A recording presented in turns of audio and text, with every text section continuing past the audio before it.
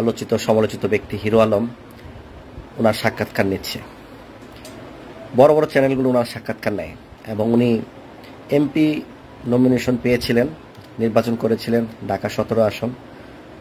তো সেখানে উনি এমপি প্রার্থী ফিরে পাওয়ার জন্য উনি টেবিলে ঘুষি দিচ্ছে, থাপড় দিচ্ছে যে আমার এমপি আমি ফেরত চাই। এবং ইঞ্জিনিয়ার ইশরাক হোসেন যদি মেয়র প্রার্থী ফিরে পায় তাহলে উনি কেন এমপি ফিরে পাবে না? আসলে কিছু মূর্খ লোক আছে, এগুলো বললে আসলে নিজেরই কথা আসলে হয় না, মানে এইসব লোক নিয়ে কথা বললে। কারণ তারা এখন জাতীয় ফিগার, সাংবাদিকদের কাছে বা বড় বড় চ্যানেলদের কাছে তারা জাতীয় ফিগার।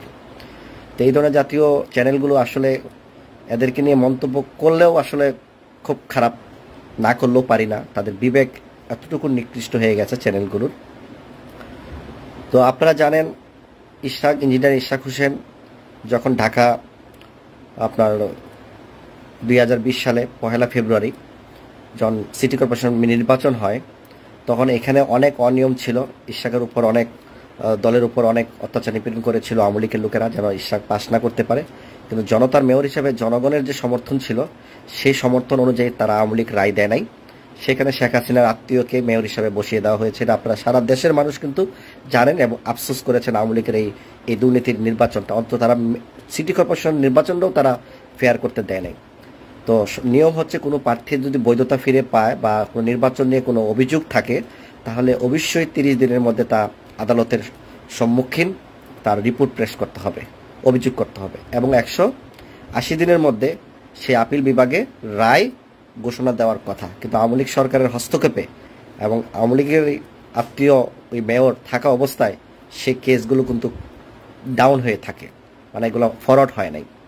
এখন যখন তত্ত্বাবধায়ক সরকার যখন আসছেন, এখানে নিরপেক্ষতা যে কেউ তার সঠিক বিচার পেতে পারেন। কিন্তু ইঞ্জিনিয়ার ইশরাক হোসেন কিন্তু চেইন অফ কমান্ড ভাবে উনি আইনের সহায়তা নিয়ে উনি ওই মেয়র হিসাবে উনি আছেন। কারণ আগের যে মেয়র ছিলেন ওনার কিন্তু 5 বছর পূর্ণ হয় নাই। তো মেয়রের জায়গা যখন পালিয়ে চলে গেছেন তার বিকল্প মেয়র হিসেবে উনি বসতে পারেন, এটা সিস্টেমও আছে। আদালতের রায় অনুযায়ী উনি বসেছেন, মানে এখানে উনি বিএমপি করেন এই মানে পাওয়ার নিয়ে বসছেন, এরকম কোনো কথা বলা আসলে না বলাই উত্তম।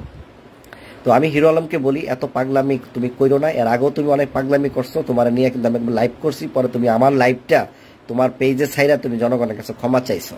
তোমাকে একটা কথা বলি, এটা ডিশ লাইন না, তুমি অনেক কন্টেন্ট ক্রিয়েট করছো, ফেসবুকে ভিউজ বাড়ানোর জন্য অনেক উল্টাপাল্টা করছো। একবার পাগল হও, একবার ছাগল হও, একবার বনের রাজা টার্জান হও, একবার আরবি গান গাও, একবার ফকিন্নি হও, একবার রাজনীতিবিদ হও। তোমার যে পাগল, তুমি যা মনে চাইছো করছো। এবং আমাদের বাংলাদেশের হলুদ মিডিয়াগুলো তোমার পিছনে এভাবে গুড়গুড় করছে, টাকা পয়সা খাইছে, মানে এগুলো টিআরপি বাড়ানোর জন্য।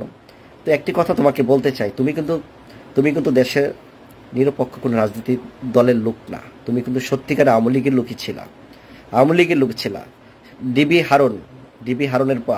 ডিবির প্রধান হারুন সাহেবের নেতৃত্বে, হারুন সাহেবের পরামর্শে তুমি আমাদের বিএনপির সিনিয়র যুগ্ম মহাসচিব রুহুল কবির রেজভী সাহেবের বিরুদ্ধে তুমি মামলা করেছিলা।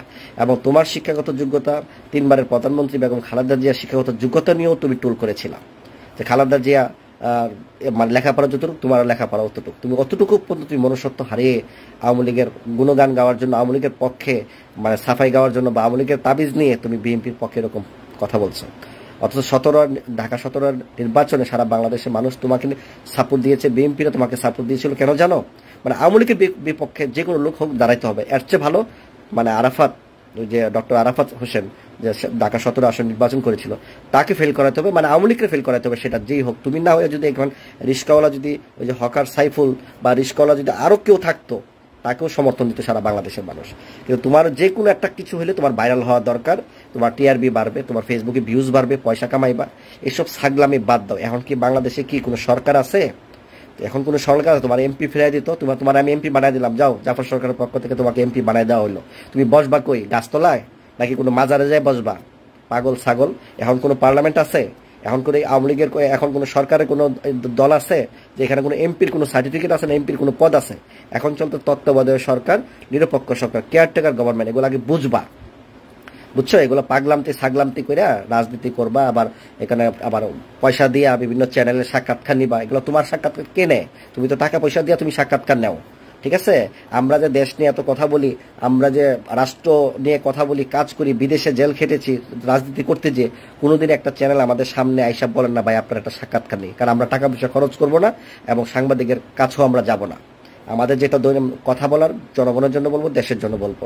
এগুলো করে দেশে বিভ্রান্তি সৃষ্টি করো না, ঠিক আছে? যে তোমাকে দিব, হ্যাঁ তোমার যদি এমপি প্রার্থী না হয়, তুমি যদি বলতা যে আমি এমপি প্রার্থী ছিলাম, আমাকে তারা ফেল করাইছে, এখন আমাকে এমপির পরিবর্তে একটা উপদেষ্টা বানান, আমাকে প্রধান উপদেষ্টা বানান, তবুও মানুষ একটা গ্রহণযোগ্যতা আছে না, তোমার দাবি একটা গ্রহণযোগ্য, তোমার যোগ্যতা থাক বা না থাক, তোমার এই চিন্তাটা করতা যে আমাকে একটা উপদেষ্টা বানান, ইন্টারনেট উপদেষ্টা বানান, আমাকে ফেসবুক উপদেষ্টা বানান, হ্যাঁ আমাকে ডিশ লাইনের উপদেষ্টা বানান, আমাকে টুকাই উপদেষ্টা বানান, আমাকে ফকিরনি উপদেষ্টা বানান, যে কোনো একটা উপদেষ্টা তোমার লাগে বানায় তোমাকে দিতে পারতো।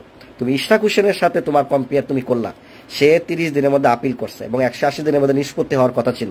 এখন আদালত এখন ফ্রি ভাবে তারা বিচার করছে, সেই বিচারের রায়ে এতদিন পরে উনি ওই যে বর্তমান মেয়র না থাকায় উনি বিকল্প মেয়র হিসাবে উনি স্থান কাজ করতে পারবেন, তাই ওনাকে নির্বাচিত করা হয়েছে। এখানে নির্বাচিত হলো না, আওয়ামী লীগ যা করছে বিএনপিও তা করতেছে, এগুলো বলার কোনো সুযোগ নাই। বিকল্প একজন মেয়র বসতে হবে, কারণ ওনাকে যখন ফেল করানো হয়েছে সেকেন্ড ইন কমান্ড হিসাবেও উনি চেন অফ কমান্ড হিসাবে উনি পায়। তো তোমার দ্বারা তুমি এমপি পাইবা, উনি কেন মেয়র হইলো, এগুলো তোমার মাথা জ্বালা উঠে গেছে। তোমাকে কে উস্কানি দিচ্ছে, তোমার পিছনে কারা? এখন তো তোমাকে রিমান্ড নেওয়া উচিত, রিমান্ড নিলে বেরিয়ে যাবে। একবার তুমি বললা না যখন আওয়ামী লীগের যখন পতন হইলো এই 5ই আগস্টের পরে, তখন তো বললা যে ডিবি হারুন সাহেব আমাকে শিখাই দিয়েছে এসপি সাহেবের বিরুদ্ধে মামলা করতে, খালেদা জিয়ার বিরুদ্ধে উস্কানি দিতে, তখন তুমি নিজেই বলছো না? এখন তো তোমাকে রিমান্ড দেওয়া উচিত। এখন যদি বলে বিএনপির পক্ষ থেকে যদি আমরা এখন অ্যাকশন নেই, তোমাকে কেউ বাঁচানোর ক্ষমতা নাই। কিন্তু তোমার মতো ছাগল পাগলে বিএনপি এগুলো চোখ নজর রাখে না। ভালো হয়ে যাও, সুন্দর করে ভালো হও, রাজনীতি করো, জনগণের রাজনীতি করার অধিকার আছে। এটা গণতন্ত্র দেশ, গণতন্ত্র প্রতিষ্ঠা করার জন্য এতদিন দেশের মানুষ কাজ করেছে, গণতন্ত্র প্রতিষ্ঠা করার জন্য ভোট দিতে পারে নাই, মানুষের মনে অনেক কষ্ট। সেই গণতন্ত্র অনুযায়ী তুমি নির্বাচন করতে পারবা, যে কোনো জায়গাতে করতে পারো, এটা তোমার অধিকার আছে। কিন্তু এমন পাগলামতি ছাগলামতি করো না, না বুঝা সুইজা, ঠিক আছে? এখন এমপি পার্লামেন্টের কোনো সুযোগ নাই, এমপি হওয়ারও কোনো সুযোগ নাই। উপদেষ্টা হইতা তোমার যারা উস্কানি দিছে তারাও তোমার মতো মূর্খ পাগল ছাগল, ঠিক আছে? তুমি যদি উপদেষ্টার জন্য তুমি একটা আজকে সংবাদ সম্মেলন করতে হবে, আমার উপদেষ্টা বানানো হোক, তাহলে জনগণ একটা বলতো যে না হ্যাঁ তার একটা কথা একটা যুক্তিযুক্ত আছে। এখন কোনো পার্লামেন্ট নাই, ঠিক আছে? এরকম ভাবে ভাবিয়া করিও কাজ, করিয়া ভাবিও না। এরকম যদি করো তাহলে বাস কিন্তু তোমার জন্য রেডি আছে, ঠিক আছে? তুমি ম্যাডাম খালেদা জিয়া নিয়ে উস্কানিমূলক কথা বলছো, এসপি সাহেবের বিরুদ্ধে মামলা করছো, এগুলো কিন্তু মানুষ ভুলে যায় নাই। ভালোভাবে চলো, তা না হলে কিন্তু এগুলো কিন্তু আবার জ্বলন্ত ফুটা হয়ে উঠবে, তোমার কিন্তু খবর হয়ে যাবো।